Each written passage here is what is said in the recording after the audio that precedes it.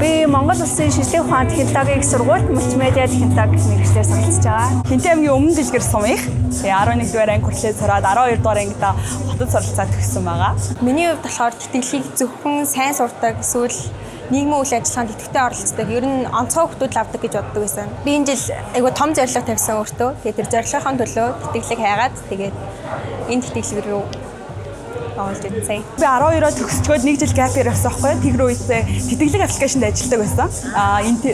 Интернээр тэг жоохон үедээ аппликейшнд ажиллаж байхдаа энэ тэтгэлгийг зарлагдсаныг мэдээд тэгээд бас ажиллаж исэн үеийн туршлага маань бас энэ тэтгэлгийг авахд надад маш том нөлөө үзүүлсэн. Гэртээ яж хат гээд нэг дугаар залгаа шилдэг тайд багтаа ингэхэд бас их гайхсан, бас их баярлсан. Тэр үедээ бас жоохон баярын нөлөөс олгоноосаа. Одоохондоо нөгөө аав ээжийнхаа хар хяналтаас гараагүй санхүүгийн байдлаар тусгаарлагддаг болохоор оюутан бидний хувьд бол тэтгэлэг маш чухал үүрэгтэй. Амьдралд нь ер нь айгүй том тус нэмэр болж өгдөг. Өөрийгөө тодорхойлох гэсээ бичгээр илүү их өөрийгөө таньж мэддээ шүү. Тэтгэлэг хөтөлбөрт өөрийгөө хаалтмаар нээлттэй оролцож байгаарай. Химиг сурдсан шүү гэж хэлмээр байна.